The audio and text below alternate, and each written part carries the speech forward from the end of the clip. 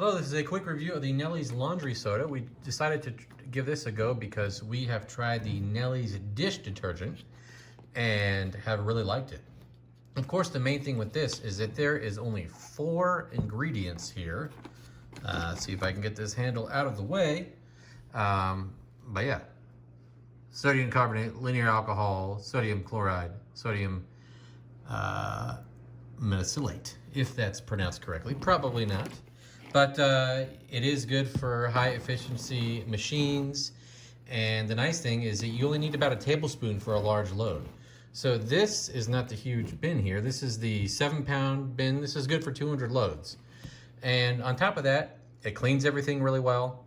And lastly, it's good if you don't like fragrances or have issues with other detergents irritating your skin.